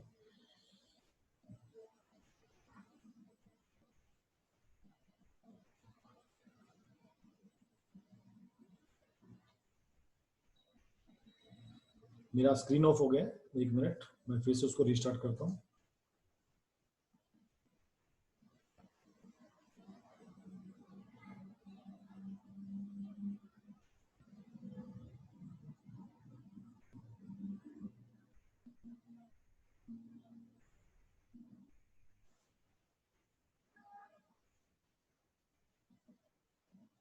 हाँ मेरा स्क्रीन चला गया, 1 मिनट रुको।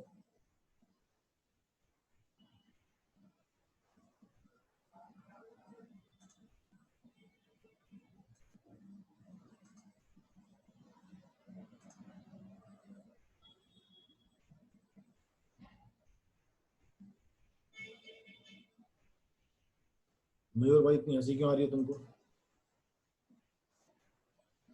किसने जॉक मारा क्या?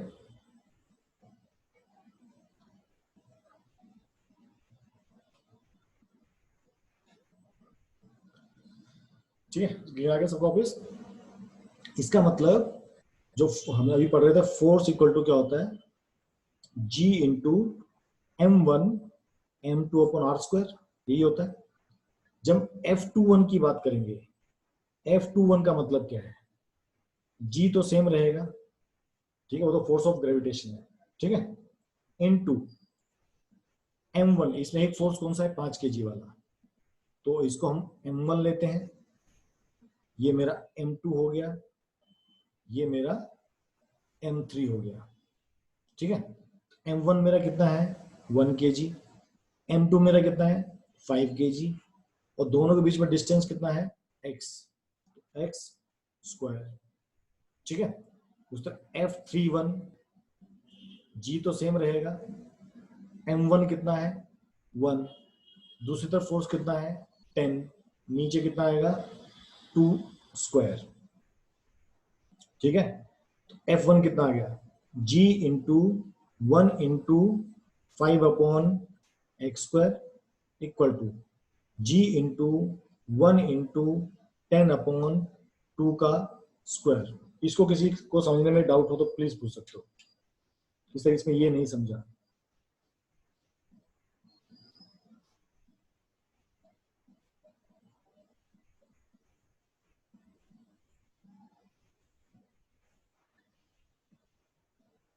प्लीज चल, किसको डाउट है यहां तक?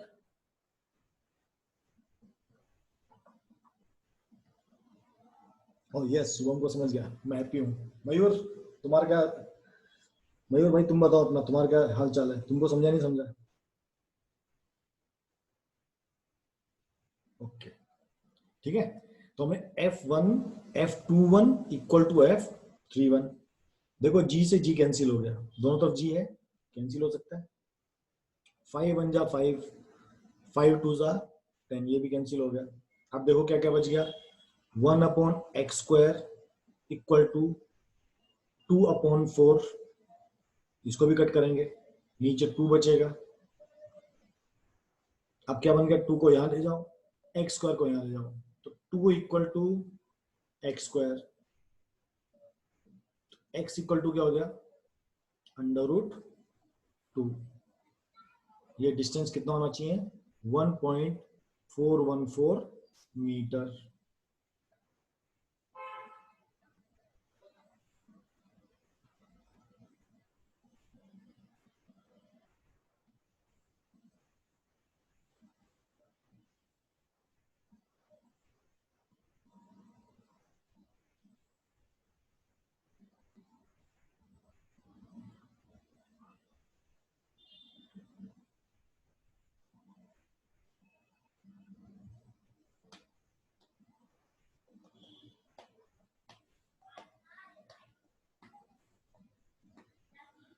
क्या ये सही है? इसमें कुछ गड़बड़ है? मुझे इसमें कुछ गड़बड़ दिख रही है, आप लोग बता सकते हो इसमें गड़बड़ क्या है? मैं देखना चाहता हूँ आप लोगों को समझा है या नहीं समझा।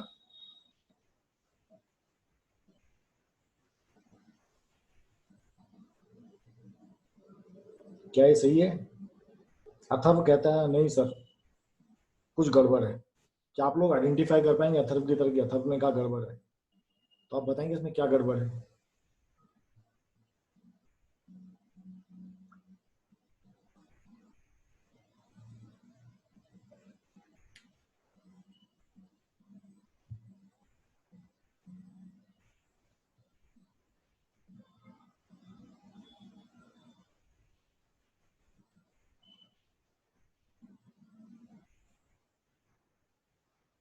सर नेट फोर्स जीरो के लिए दोनों साइड का डिस्टेंस सेम होना चाहिए ना? नहीं, ऐसा नेसेसरी नहीं है। हाँ, तू कॉपी पेस्ट मार दे विशाल, मान जा तू। कहाँ से नेट से उठा के ढूंढा तुमने विशाल? नहीं, ऐसा नहीं है कि देखो दोनों का डिस्टेंस सेम क्यों नहीं हो सकता? अगर ये 5 kg नहीं होता, ये कितना है? 5 kg, ये कितना है? 10 kg। जब दोनों का मास अलग है तो डिस्टेंस भी अलग होगा। जब डिस्टेंस कम होगा तभी तो फोर्स ज्यादा होगा ना। अगर ये 2 मीटर डिस्टेंस पर है और ये कितने का है 10 केजी का, तो जब ये मास कम है तो डिस्टेंस भी आपका कम होना चाहिए। डिस्टेंस दूर जाएगा तो फोर्स वैसे ही कम हो जाएगा। अथर्व, आपको डाउट था?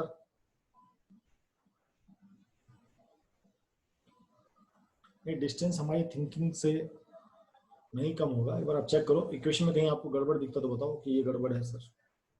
अथर्व अभी क्लियर आपको?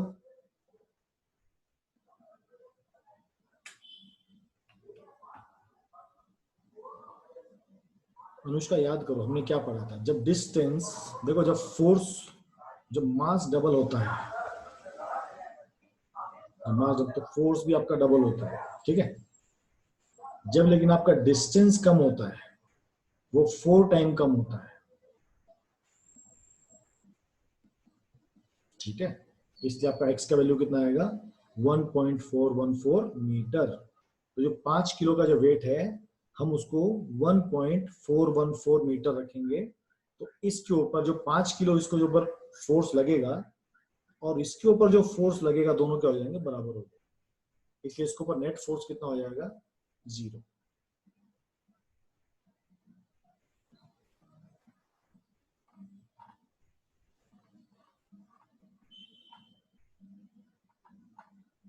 आया सबको लॉजिक समझ में? हाँ भाई शुभम, डिस्टेंस अलग होगा ना, वही तो बता रहा हूँ। आगे चल सकते हैं। ये सारे क्वेश्चन आप खुद प्रैक्टिस करोगे, मैं आपको सिर्फ समझा रहा हूँ, डिस्टेंस वाला नहीं समझा। एक्स का वैल्यू निकालना समझा तुमको? शुभम तुमको एक्स का वैल्यू निकालना समझा?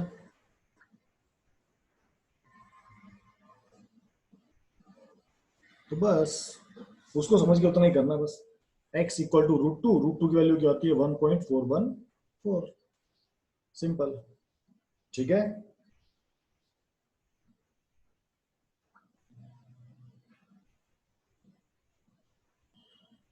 चलिए नेक्स्ट क्वेश्चन। ये क्वेश्चन आप खुद करेंगे। मास ऑफ सन आपको दिया है, mass of sun is this, mass of sun 2 into 10 की power 30 kg, mass of earth 6 into 10 की पावर 24 kg, दोनों के बीच में डिस्टेंस 1.5 into 10 की पावर 8 किलोमीटर। आपको क्या निकालना है f। ये क्वेश्चन आपके लिए होमवर्क है, सेम वैसी क्वेश्चन है, ठीक है, जो हमने सन अर्थ और मून का किया था। अब हमको अर्थ और सन का करना है।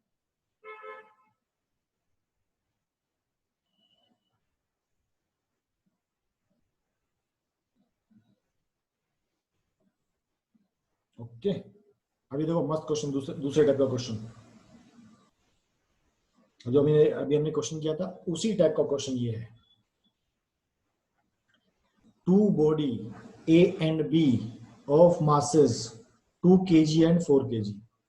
तो भाई एक 2 kg का बॉडी है, आपको लॉजिक पता होने बहुत, जो हम क्वेश्चन अभी कर रहे हैं। एक 4 kg का बॉडी है, ठीक है, are separated by 2 metre distance. तो दोनों के बीच में जो डिस्टेंस है वो कितना है 2 मीटर। इसको उसने बोला बॉडी ए, इसने बोला उसको बॉडी बी, है ना। Two body of mass A and B 2 kg and 4 kg respectively are separated by 2 kg. Where should a body of mass 1 kg to be placed so that gravitational force on this body, कौन सी body, ये 1 kg वाली body है ना, हम 1 kg की body को कहां place करें कि ड्यू टू ए और बी की वजह से उसके ऊपर जो फोर्स लगे वो 0 हो जाए। वो क्या हो जाए 0 हो जाए। हमको बताना भाई इसको हम कहां पर ऐसी जगह रखें तो 0 हो जाए। हमको किसके बारे में बताना है 1 kg के बारे में बताना है। तुम क्या करते हैं 1 kg को यहां रख देते हैं, इसको बोल देते बॉडी सी, यहां इसको बोल दिया 1 kg, ठीक है। इसको क्या मान लेते हैं अभी सेम x, ठीक है। हाँ अब वो मेजरमेंट मत करो, सिर्फ x लेके चल रहे हैं उसको, ठीक है। अभी देखो पिछले केस में हमने क्या किया था, पिछले केस में हमने क्या किया था, हमने F21 इक्वल टू F31 किया था, क्योंकि हमको किसके ऊपर फोर्स निकालना था, इसके ऊपर फोर्स निकालना था। ये बात से सब एग्री? हमने क्या किया था पिछली बार, बीच वाले फोर्स पे हमने फोर्स निकाला था, इसके ऊपर 0 होना चाहिए। अभी मैं तुमको कहता हूं इसके ऊपर 0 होना चाहिए, इसके ऊपर क्या होना चाहिए, 0 होना चाहिए। तुम इसको बीच में रख सकते हो, कोई बड़ी बात नहीं थी। मैं अब यहाँ पर रख के आपको एग्जांपल दे रहा हूँ। अब मैंने बॉडी को कहाँ रख दिया, यहाँ पर रख दिया, ठीक है। अब बताओ ये ऐसा कैसे लिखेंगे इसको, ये A है, ये C है और ये B है। इसको मुझे इस फॉर्म में लिख के दिखाओ, देखिए आप लोग कैसे लिख पाते हो। अब मुझे इस वाले को 0 करना है, इस वाले को 1 के ऊपर दोनों का फोर्स 0 होना चाहिए।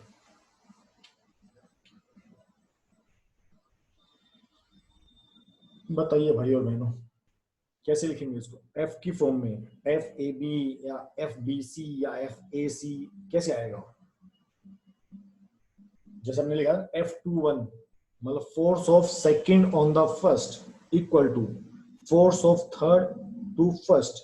यहां पर आपको बताना है फोर्स किसका, A से C पे या C का B पे या B का A से या A पे, कौन किसको पर इफेक्ट डालेगा आपको बताना है। ओके, तो जिसने लिखा है FA1 plus FB1 equal to FC। तुम समझना सीखो ना, केवल रोने से काम नहीं चलता बेटा, आपको समझने का प्रयास भी करना है। हमने पिछला क्वेश्चन अगर आपको समझा तो इसी क्वेश्चन के बेस पे मैंने पूछा आपसे कि पिछले क्वेश्चन में जब हमारा बीच वाली बॉडी पे फोर्स F1 हम F21 और F31 लिखा था, अब उसको अब थोड़ा दिमाग तो चलाना पड़ेगा ना। हम केवल ऐसे कहेंगे कि हमको नहीं समझा, उससे सॉल्यूशन नहीं आएगा।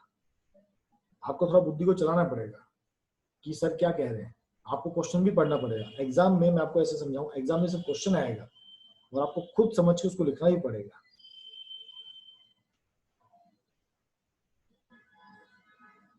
तो एक ने लिखा है FB3, यहाँ पर B3 कहीं नहीं भाई, एक A है, एक B और एक C है, आपको उसके रेफरेंस में लिखना। 1 2 3 के फॉर्म में नहीं बोला मैंने, वहां पर 1 2 3 हमने लिया था, यहाँ पर मैंने ABC लिया है। तो कॉमन ने लिखा है FAC इक्वल टू FBA ना, कॉमन ये गलत है। हमको किसके ऊपर 0 करना है, देखो पिछले क्वेश्चन में हमको 1 था ना, 1 उसके ऊपर 0 करना था। बीच में ये वजन, वो जो बीच वाला वजन कौन सा था, 1 नंबर का था, उसके ऊपर मुझे 0 करना था। FAC equal to FBC, Atharv ने एकदम सही पहचाना है। आपको किसके ऊपर 0 करना है, C के ऊपर 0 करना है। तो मतलब फोर्स ऑफ A जो C के ऊपर डालेगा, ये A C के ऊपर जो फोर्स लगाएगा और जो B C के ऊपर जो फोर्स लगाएगा, दोनों 0 होने चाहिए। तो मतलब FAC इक्वल टू FBC, ये करेक्ट है। समझना क्वेश्चन को, समझ क्वेश्चन में क्या दिया है। हमको किसके ऊपर 0 करना है, इसने कहा कि मास 1 kg, जो आपको मास 1 kg दिया है उसके ऊपर 0 करना है। किसकी वजह से 0 होना है भाई, A और B की वजह से 0 होना है। तो A किसके ऊपर वजन डालेगा, C के ऊपर डालेगा। B किसके ऊपर डालेगा, C के ऊपर डालेगा। तो इन दोनों का जब फोर्स इक्वल होगा तभी तो वो 0 होगा। क्वेश्चन को समझना भी सीखो, क्वेश्चन में सब कुछ क्लियर लिखा होता है, हम बस क्वेश्चन को समझ नहीं पाते हैं, उस क्वेश्चन में क्या पूछा गया है। इसलिए आपको मैं टाइम ले रहा हूँ कि भाई आप समझो कि क्वेश्चन क्या दिया है। Two body of A and B of masses this and this respectively, ठीक है। उसने कहा एक केजी की बॉडी हमको कहीं पर रखनी है। ये क्वेश्चन आपको ऐसे आएंगे एग्जाम में भी, उसके ऊपर फोर्स लगना चाहिए। किसका फोर्स लगना चाहिए, A और B की वजह से लगना चाहिए। क्लियर लिखा है, देखो क्लियर लिखा, अगर आप शब्दों को ढंग से पढ़ोगे तो gravitational force on this body, भाई कौन सी बॉडी, 1 kg वाली बॉडी, किसकी वजह से, ड्यू टू, हिंदी तो इंग्लिश को हिंदी में तो लिखना सीखो। ड्यू टू कौन कौन सी बॉडी, भाई A और B क्या होना चाहिए, 0 होना चाहिए।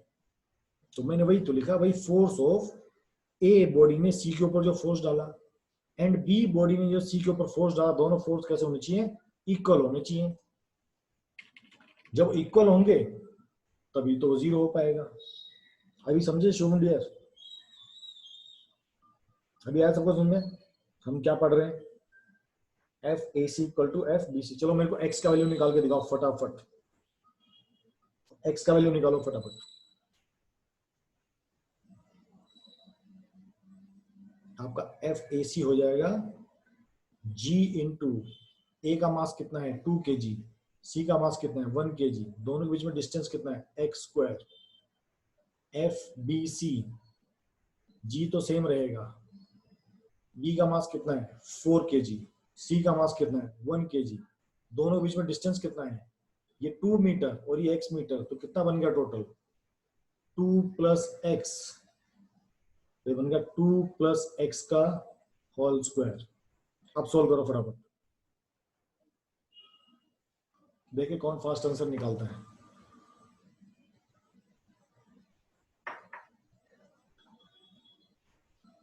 याद रखो कॉम्पिटिटिव दुनिया में जाना है, तो कॉम्पिटिटिव की तैयारी नहीं करोगे तो फ्यूचर नहीं आगे।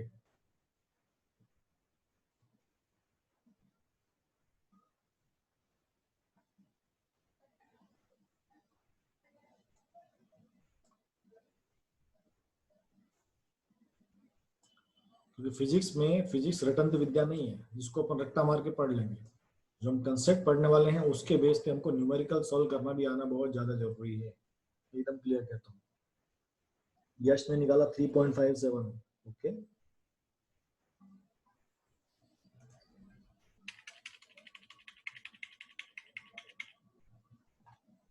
देखते हैं क्या आएगा।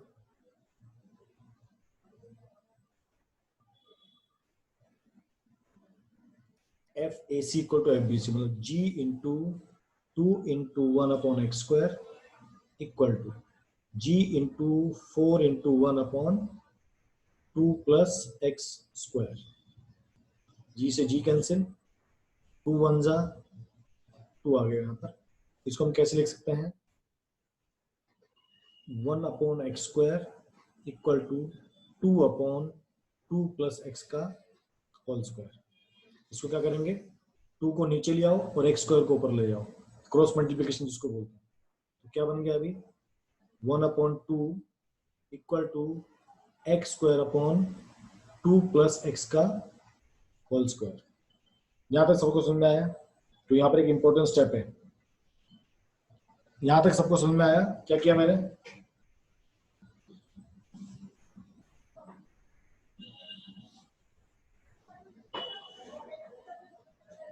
अब देखो क्या करेंगे 1/2 ऐसी रखो इक्वल टू, इसको हम ऐसे लिखेंगे x अपॉन 2 प्लस एक्स का होल स्क्वायर। देखो ऊपर भी स्क्वायर है नीचे भी स्क्वायर है, मैंने उसको दोनों जगह स्क्वायर एक जगह ऊपर लिख दिया। फिर क्या करेंगे taking square root on both side, दोनों तरफ क्या करेंगे स्क्वायर रूट करेंगे। तो ये कैसा बन जाएगा अंडर रूट 1 अपॉन 2 और ये वैसा बन जाएगा x अपॉन 2 प्लस एक्स का स्क्वायर। तो इस स्क्वायर से रूट कट जाएगा, तो क्या बच जाएगा 1 upon root 2 equal to x upon 2 plus X. ये आप लोगों का सिंपल मैथ का फर्स्ट चैप्टर था रैशनलाइज समथिंग, वैसे हमने किया है। ये स्टेप तो सबको समझ में आया क्या किया मैंने? दोनों तरफ क्या किया मैंने स्क्वायर रूट लगा दिया। शुभम सॉल्व करने के लिए बेटा, अखिलेश क्या डाउट है इसमें, क्या नहीं समझा?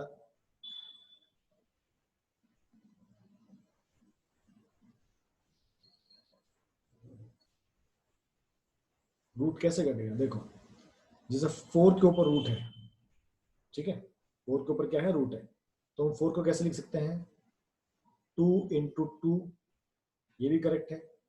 इसको वैसे ही लिख सकते हैं कि 2 का स्क्वायर, ये भी करेक्ट है। अब देखो रूट 4 क्या होता है 2 होता है, एग्री? इसको भी हम कैसे लिखते हैं 2, हाँ बस जा सकते हो, रिकॉर्डिंग देख लेना जो बचेगा, ठीक है। तो अब यहां देखो, अब ये जैसे 2 के ऊपर स्क्वायर लगा उसके ऊपर रूट लगा है, तो हमेशा इस स्क्वायर से ये रूट कैंसिल होता है, तब भी देखो 2 बचेगा।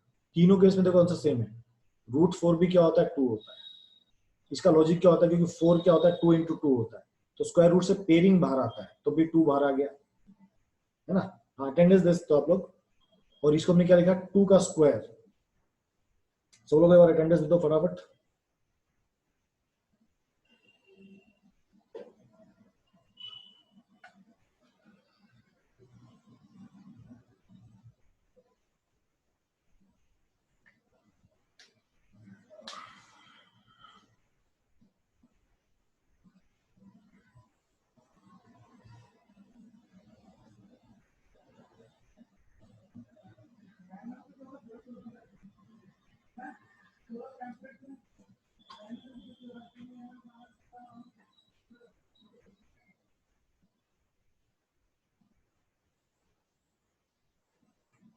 आपको ये नहीं समझा तो मेरे को क्लास के बाद पूछना, ठीक है?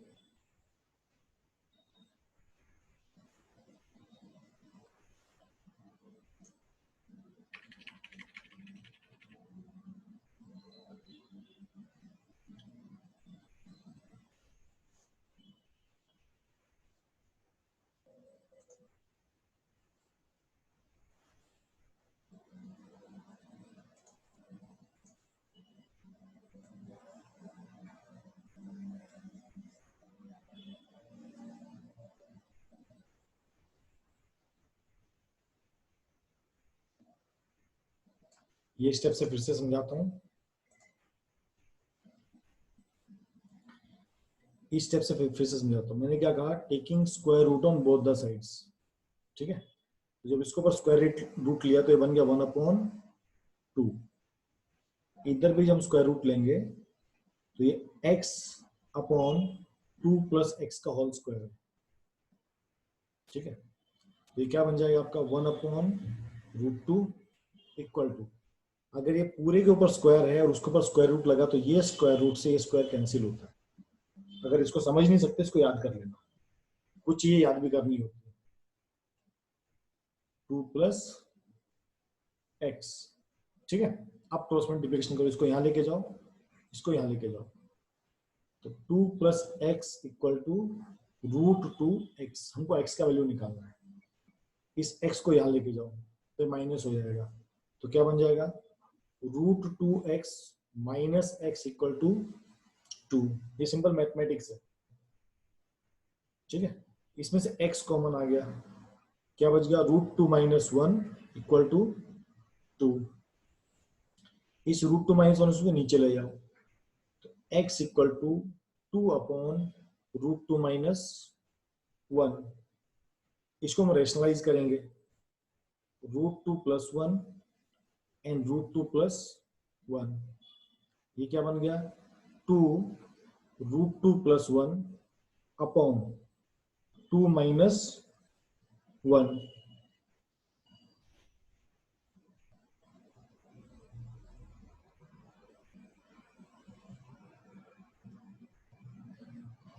ठीक है? x इक्वल टू 2 √2 + 1 अपॉन नीचे 1, तो 2 √2 की वैल्यू हम लिख सकते हैं 1.414 प्लस 1, x इक्वल टू 2, अंदर क्या बन गया 2.414, x इक्वल टू, इसको मल्टीप्लाई करेंगे 828.4 मीटर। ये आपका x का वैल्यू आ गया, कि जो ऑब्जेक्ट होगा उसको हमको 4.828 लिखना पड़ेगा। उतना दूर उसको आप रखोगे तभी क्या होगा, वो उसको इक्वली बैलेंस कर पाएगा। ये जो ऑब्जेक्ट होगा ये x होगा, ये अगर 2 मीटर पे, दोनों ऑब्जेक्ट कितने मीटर पे रखे हैं 2 मीटर पे, तो इस ऑब्जेक्ट को एटलीस्ट आपको 4.84 मीटर के डिस्टेंस पे इसको रखना पड़ेगा 1 kg वाले, तभी ये हो सकता है, तभी उसको क्या बना पाएगा 0, उसके ऊपर फोर्स 0 काम करेगा। लॉजिक समझे सबको? करेक्ट क्वेश्चन समझ आया हमने क्वेश्चन में क्या किया है? शोम थोड़ी देर शांति रखो।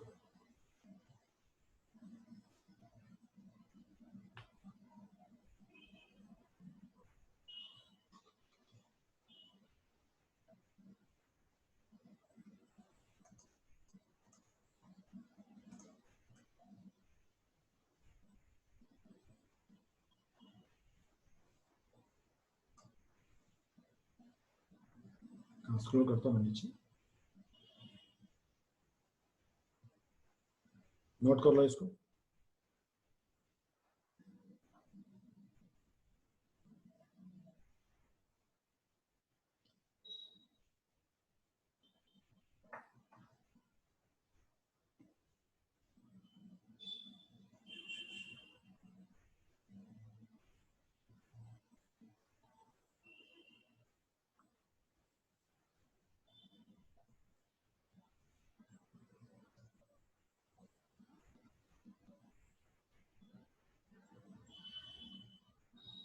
नोट कर लिया सबने?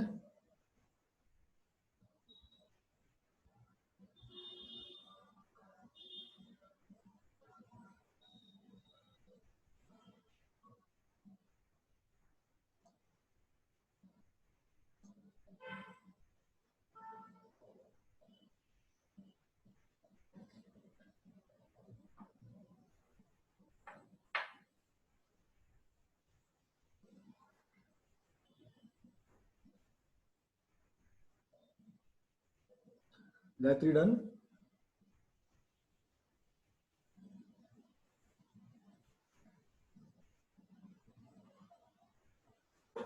चलिए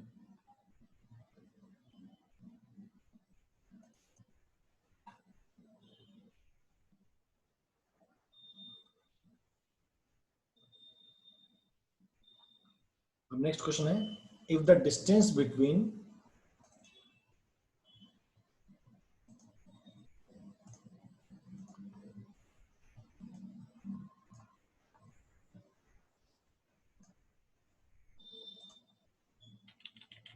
दो क्वेश्चन बाकी हैं, फिर छुट्टी करेंगे, ठीक है।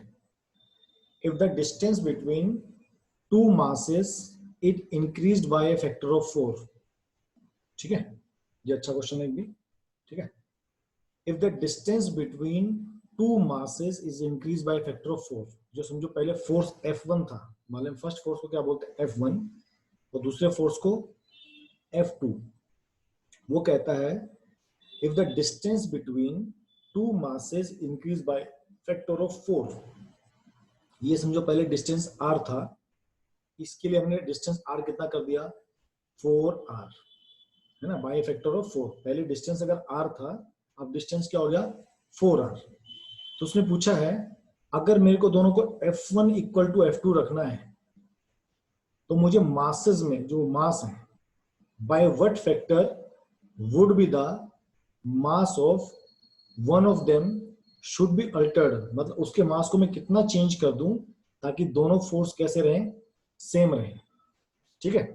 अभी देखो फोर्स F1 ये होगा G into M1 into M2 upon R square, force two भी हो जाएगा G into M1 into M2 upon 4R का स्क्वायर, G से G कैंसिल कर दो, M1 into M2 upon R square, ये कितना हो गया M1 इंटू M2 अपॉन ये होगा 16R स्क्वायर, ठीक है, R स्क्वायर से R स्क्वायर कैंसिल।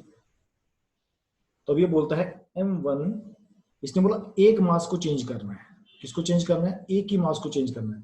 तो मान लेते भाई M2 को हम चेंज नहीं करेंगे, M2 मेरा सेम रहेगा, M2 मेरा क्या रहेगा, सेम रहेगा। तो मैंने M2 को भी कैंसिल कर दिया, क्या बच गया M1 इक्वल टू M1। इस 16 को यहां ले जाओ तो क्या बन गया 16M1 इक्वल टू M1, मतलब जो पहले वाला मास था M1 उसको आपको 16 टाइम्स करना पड़ेगा, तब जाके दोनों फोर्स क्या रहेंगे, इक्वल रहेंगे। मैंने ये लॉजिक आपको 2-3 क्वेश्चन में समझाया है, ये क्वेश्चन आप खुद भी समझने की कोशिश करना, ये क्वेश्चन आप लोग खुद भी समझने की कोशिश करना, नहीं समझ में आएगा उसको मैं फिर से समझाऊंगा, ठीक है। अभी आपको मैं शीट भेजूंगा ये पूरी, ये शीट के सारे क्वेश्चंस आपको खुद सॉल्व करके अपलोड करने हैं, ठीक है ना। ये आपको सब क्वेश्चंस क्या करने हैं, अपलोड करने हैं कल टेस्ट के बाद, सर ने आपको टेस्ट के बारे में बता दिया होगा, ओके।